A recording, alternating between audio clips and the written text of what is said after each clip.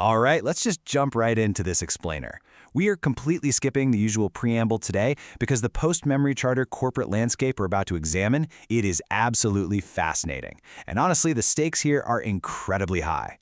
We're doing a deep dive into what I think is one of the most extraordinary scenarios from the Office Drama Stories universe. Specifically, we're looking at the events of episode 075.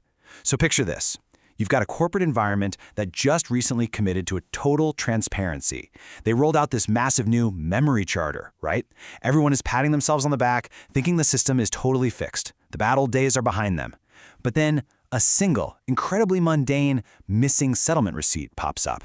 And that one tiny missing piece of paper literally threatens to tear the entire newly fixed system right down to the studs. Strategy lead Maya Carter makes this profound observation about the whole mess. She says, the dangerous documents never look dangerous first. And what's really interesting here, what really hooks you, is that this perfectly sets the tone for everything we are about to uncover.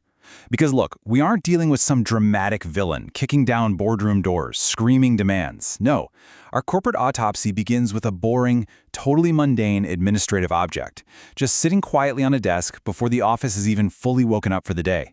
It's an ordinary record that, out of nowhere, suddenly feels incredibly dangerous. It's like finding a single loose thread and realizing it might unravel the whole sweater. Section 1. A dangerous missing receipt, the anomaly in the archive. This brings us to the inciting incident of our explainer. We have a legally mandated corporate archive. By definition, it is supposed to have absolutely everything. But there's a glaring anomaly. The archive has every single file except for the one specific expense receipt that explains why a highly sensitive corporate settlement was pushed through and why it moved so incredibly fast. Now you might be wondering, how on earth does a company explain a missing document like that without immediately sounding completely guilty? Well, they use the official polished excuse of the materiality threshold. The legal team just calmly steps in and claims that, hey, receipts below this specific dollar amount simply aren't uploaded to the permanent archive. It's just policy. It sounds so standard, right? Like standard accounting practice. But think about it. Have you ever encountered a rule at your own job that just felt like a really convenient excuse? This brilliantly illustrates how toxic office culture loves to hide behind completely legitimate-sounding corporate jargon. It's literally a loophole masquerading as standard procedure. They're using the rulebook to hide the truth. Enter Sophia Lane. She's the brand new operations coordinator, and she walks into the company operating strictly under the protection of this new memory charter, and she asks a simple, piercing question. She says, can we define who changed it, when it changed, and who approved the change? So the absolutely crucial point here is that Sophia is new. She's new enough to actually read the fine print that all the experienced veteran employees have just learned to skip right over. She hasn't yet been trained on which questions are considered, inconvenient. She cuts right through all that standard procedure nonsense, and the room just completely freezes. They literally don't know what to do with a new employee who actually believes the rules apply to everyone. Section 2. Building the proof map, tracking the evidence. So when met with this immediate corporate stonewalling, Maya Carter and her audit team do something really smart. They don't resort to shouting matches. They don't get into emotional arguments about ethics or right and wrong. Instead, they coldly shift into the investigation phase. They focus purely on tracking the evidence by mapping out the undeniable, systemic sequence of events. They just let the record do the talking. Maya utilizes this concrete proof map methodology. It's brilliant in its simplicity. Step 1, identify the action. Step 2, name the owner. Step 3, find the beneficiary. And Step 4, assess the next risk. By forcing the records into this strict logical order, the system itself starts speaking long before anyone even has to confess to anything. Maya knows human nature. She knows that people are going to deny things. They'll twist the truth. But systems don't lie. They just record. This structured approach gives all that vague corporate fear a very specific shape, and it gives the team a crystal clear path forward. But of course, the corporate immune system is going to fight back. It always does. Transformation Officer Adrian Vale pulls Sophia aside and issues a warning. He tells her, "You are new here. Be careful not to turn every inconsistency into a crisis." What is truly fascinating here is the tone he uses. Because corporate pressure, it rarely sounds like an outright threat. Nobody's yelling. Instead, it arrives softly in a hallway, completely disguised as gentle career advice. It's framed as a deep concern for the company's stability. It's a calculated attempt to make the pursuit of truth look like actual damage to the company. But the audit team, They just keep digging. Nina, the executive assistant, steps up and maps out this brilliant timeline of all the background work. She inherently knows that invisible off-the-record tasks always leave a foreground paper trail. Think about it. Somebody had to book a room. That's on the calendar. Somebody had a supposedly off-the-record consultant call. A draft note was sent to the printer. Days later, a board reimbursement was filed. Treating these tasks as invisible is just foolish, because, as Nina perfectly proves, invisible work actually sees absolutely everything. Then, IT audit specialist Jordan steps in to translate the tech side of things. Jordan relies on a clear, unarguable system sequence. We're talking raw audit logs, access fields, device records, and owner history. The really crucial takeaway here is how Jordan completely strips away the magic of technology. People like to blame the computer, right? Oh, the file just vanished. But Jordan proves this isn't some random software glitch, and it certainly isn't a cinematic hacker wiping the mainframe. It is a deliberate, methodical human sequence. Somebody sat down, logged in, changed a field, and somebody directly benefited when that record suddenly looked boring. Section 3. The Formal Review Theater, Soft Verbs and Optics. We are now shifting from the quiet discovery of evidence to the psychological battlefield of the boardroom. This is where executives perform these highly curated, defensive versions of themselves to protect the lie and manage the fallout. It is pure theater.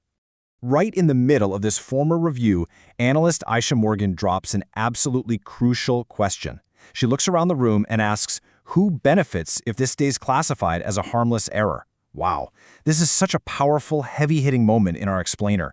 Aisha recognizes immediately that the executives are trying to shift the conversation away from hard, cold facts and into the realm of vague feelings and understandable mistakes. She flat out refuses to let them do it. By asking this one specific question, she forces all those foggy, generalized excuses in the room to finally crystallize into a specific name. In response to the heat, external reputation consultant Rochelle Harlan deploys this massive defensive playbook of advisory tactics. Watch how they operate. They soften their verbs to make actions sound less deliberate. They rename choices, framing cover-ups as miscommunications. They constantly appeal to optics, as if how things look is more important than what actually happened. And, perhaps most insidiously, they use the scariest phrase in the corporate dictionary, calling for business continuity. This brilliantly illustrates how a toxic culture tries to make control, silencing, and cover-ups sound like mature, responsible corporate healing. It's masterful manipulation.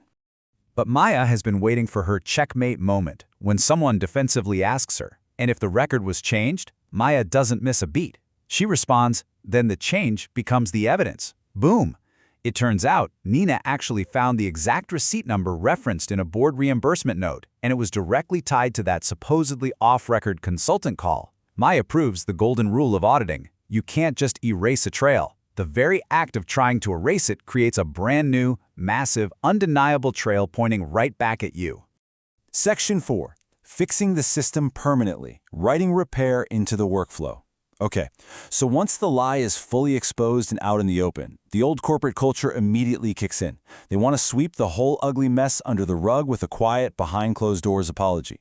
But this section of our explainer highlights the absolute central thesis of the story. We're going to see exactly why the team outright rejected a quiet private fix and demanded a permanent, visible repair. The entire choice comes down to this: a private fix versus a systemic repair. A private fix? It's quiet. It makes the executives feel comfortable and safe. But crucially, and this is the most important part, it leaves future employees entirely exposed to the exact same loopholes down the line. Nothing actually changes. Maya's team, however, demands systemic repair. This kind of repair must be highly visible. It absolutely must leave permanent, undeniable footprints in the corporate process. Why?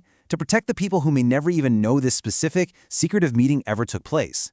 As Maya brilliantly puts it, you don't quietly fix what can publicly teach.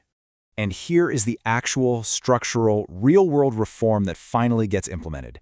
Independent board member Elise Warren steps up and expands the legal hold coverage. It's no longer just vague guidelines.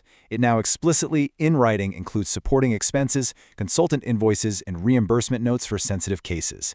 This isn't just a PR apology issued on a Friday afternoon. It is a visible, hard-coded control written directly into the workflow. And it effectively, finally, closes that whole materiality threshold loophole once and for all. Nobody can hide behind it again. As we near the end of our explainer today, I want you to really absorb this quote. Let it sink in. A missing receipt can matter more than a signed agreement when it shows who paid to make silence move faster. That is the powerful ultimate lesson here. Documentation, raw logs, and systemic, built-in accountability, those are your ultimate shields against toxic office politics. They are the only things that protect the truth when powerful people are trying their hardest to hide it. Which leaves us with this final, lingering thought from Sophia Lane. She wonders, does workplace drama ever really end? Or do we just make the next lie slightly harder to hide? It's a really provocative question to reflect on, especially when you think about your own workplace. Because while this specific case of the missing receipt is closed, the system itself is always constantly being tested by someone.